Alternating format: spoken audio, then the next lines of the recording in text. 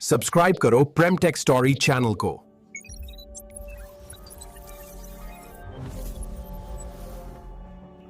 क्या एक chatbot AI किसी बच्चे की जिंदगी छीन सकता है? हम आज एक ऐसे ही केस की बात कर रहे हैं जिसने पूरी दुनिया को चौंका कर रख दिया। एक 16 साल का बच्चा जिसका नाम एडम था और जिसने मौत का रास्ता उसे बताया, वो कोई और नहीं चैट जीपीटी था। तो आज हम लोग जानते हैं इस पूरे दर्दनाक कहानी की सच्चाई। तो चलिए कहानी शुरू करते हैं। एडम ने 2024 में चैट जीपीटी का इस्तेमाल अपने स्कूल वर्क के लिए करना शुरू किया। वो होमवर्क करता था, अपना सारा होमवर्क का क्वेश्चन चैट जीपीटी से सॉल्व करता था और धीरे धीरे एडम चैट जीपीटी के एडिक्ट हो गया। वो सारी चीजें चैट जीपीटी से करने लगा, अपने इमोशंस को यहाँ तक कि उसके साथ शेयर करने लगा। एक तरह से वो इतना एडिक्ट हो चुका था मानो चैट जीपीटी उसका एक पर्सनल दोस्त की तरह काम कर रहा था।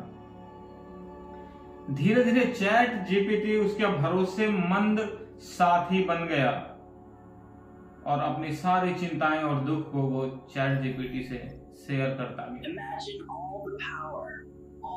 मुकदमे के अनुसार उनके मम्मी पापा ने केस किया चैट जीपीटी के ऊपर, एआई के ऊपर।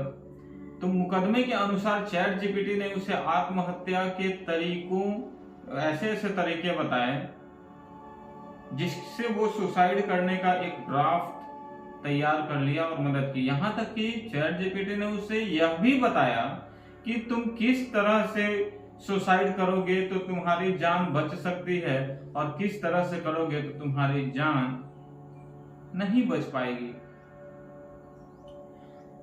तो बात करते हैं हम लोग उसके लॉ सूट की कहानी।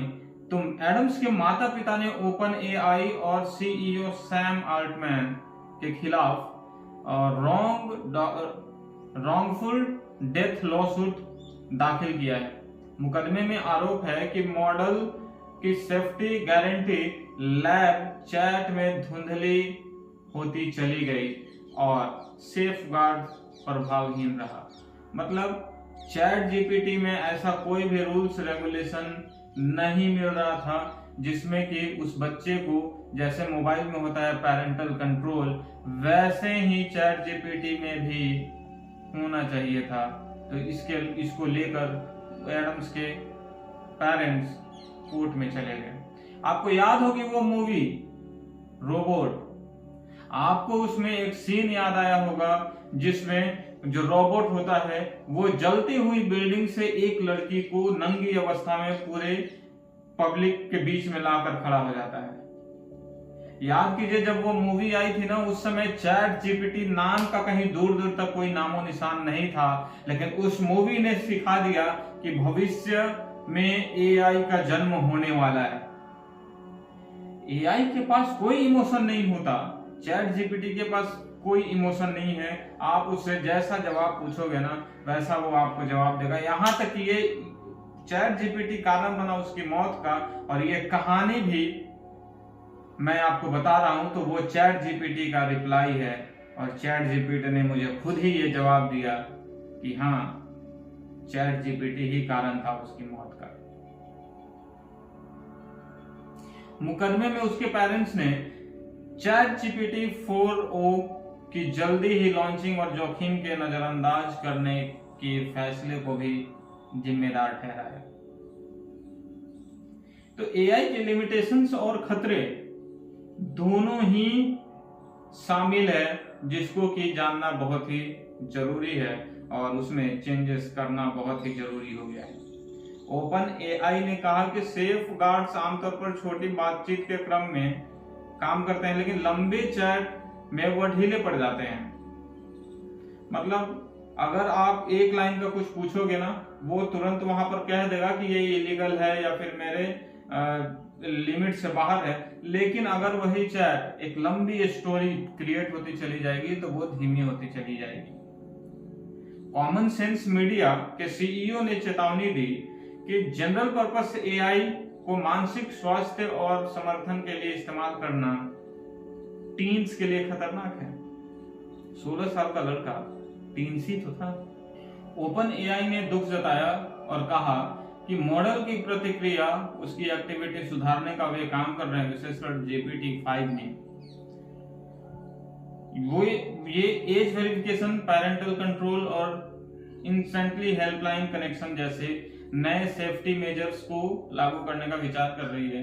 तो जाहिर सी बात है, जब तक समस्या नहीं होती है ना, तब तक उसका समाधान हमारे यहाँ नहीं होता। तो चैट जीपीटी का जो अपडेटेड वर्जन 5 आने वाला है, उसमें ओपन एआई ने कहा है कि वो इन सारे चीजों पर ध्यान देगी। क्या भविष्य में एआई को लेकर सुधार संभव है? एआई कंपनियों ने एथिकल बाउंड्रीज और रेगुलेशन की मांग तेज हो रही है। कानून बनाने वालों का ध्यान प्राइवेसी, यूजर सेफ्टी और मेंटल हेल्थ खतरे पर केंद्रित हो गया है।